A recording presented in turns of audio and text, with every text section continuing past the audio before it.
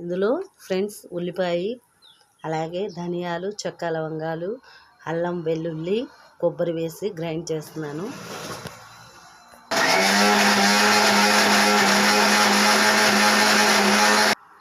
Husband help చేశారండి mixie వేయడానికి. టమాటోలు, ఉల్లిపాయలు, కొత్తిమీర, పుదీనా, కరివేపాకు కట్ చేసి పెట్టాను. కిలో కాబట్టి పెట్టారు. కొంచెం పట్టాలి మెత్తగా. చికెన్ కడిగి పెట్టానండి, తాలింపు వేస్తాను. ఫ్రెండ్స్ రైసు నానబెట్టానండి 2 గ్లాసులు.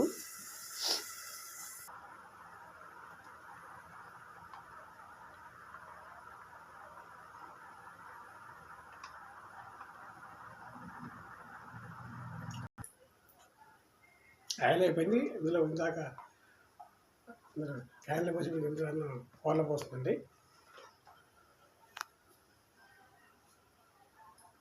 Friends oil కాగిందండి. ఇందులో హోల్ గరం మసాలా వేసాను. తర్వాత ఉల్లిపాయలు యాడ్ చేస్తాను. రైస్ కోసం అండి ఉల్లిపాయలు, హోల్ గరం మసాలా వేసా. ఇందులోనే కొత్తిమీర, పుదీనా అన్నీ వేసేసుకుందాం.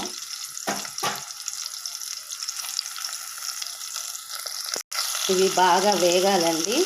బ్రౌన్ కలర్ వచ్చాక మన కొబ్బరి, అల్లం వెల్లుల్లి పేస్ట్ వేద్దాం. ఫ్రెండ్స్ బాగా వేగాయి. అల్లం వెల్లుల్లి పేస్ట్ అది కూడా వేసాను, వేగింది. ఇప్పుడు దీనికి రైస్కి సరిపడా వాటర్ వేసుకోవాలి. ఇక్కడ కర్రీ కోసం ఉల్లిపాయలు నూనెలో వేయిస్తున్నా. ఫ్రెండ్స్ ఎసురు వేసానండి. 1 గ్లాస్కి 2 గ్లాసులు వేసాను వాటరు. తెరలాలి బాగా. తర్వాత ఉప్పు వేద్దాం. ఈ ఆయిల్లో ఉల్లిపాయలు బాగా వేగుతున్నాయి. తర్వాత చికెన్ని యాడ్ చేస్తా. చికెన్లో ఉప్పు, పసుపు వేసానండి. బాగా ఉడికాక అప్పుడు మసాలా వేసి మరి కొంతసేపు నూనెలో వేగనిస్తాను. ఉప్పు కూడా వేసానండి. ఎసురు తెరలాలి. బాగా తెరలేక రైస్ని యాడ్ చేస్తా. తెరలుతానికి వస్తుంది ఇప్పుడే. రవి గారు హాయ్ అండి. చెన్నుల్లిపాయలు, ఉల్లిపాయలు అన్నీ సర్దుతున్నారు మా హస్బెండ్. ఏమండి హాయ్ చెప్పండి ఫ్రెండ్స్కి. ఫ్రెండ్స్ మీకు మాట చెబితే ఆశ్చర్యపోతారు. కేజీ 5 రూపాయలకి ఇచ్చారండి. నిన్న టమోటోలు, నిన్న కొత్తపల్లి వెళ్ళాము, అక్కడ 5 రూపీస్కి కేజీ టమోటోస్ ఇచ్చారు. మరి మీ ఊర్లో ఎంత ఉందో కమెంట్ చేయండి. ఫ్రెండ్స్ ఇందులో రైస్ యాడ్ చేశానండి. బాగా ఉడకాలి. ధనియాల పొడి వేసాలి, అందుకని అలా ఉంది. ఫ్రెండ్స్ మసాలా పేస్ట్ వేసాను. బాగా వేగాక అప్పుడు టమోటోలు యాడ్ చేస్తాను.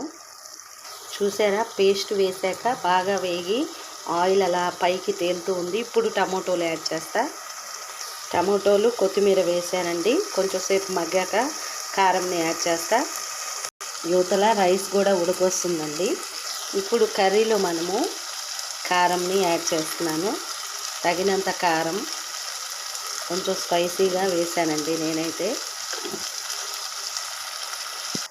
కారం వేసాను కదా, ఉడుకుతూ ఉంది. కొంచెం సేపు ఉడికించి తీసుకుందాం. ఫ్రెండ్స్ రైస్ చూద్దాము. ఉడకొచ్చిందండి. కొంచెం సేపు ఆవిరి మీద పెట్టామంటే అన్నం అంతా చక్కగా నీరు గుంజుతుంది, అంటే నీరు లాగుతుంది అంటారు కదా, అలాగా. కర్రీ కూడా ఉడికిందండి. డిష్ అవుట్ చేసుకుందాం.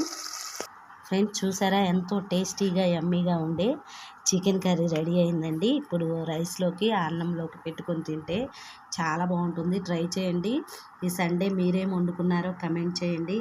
అలాగే మన ఛానల్ని వాచ్ చేస్తున్న ప్రతి ఒక్కరికి ధన్యవాదాలు friends. Thank you for watching.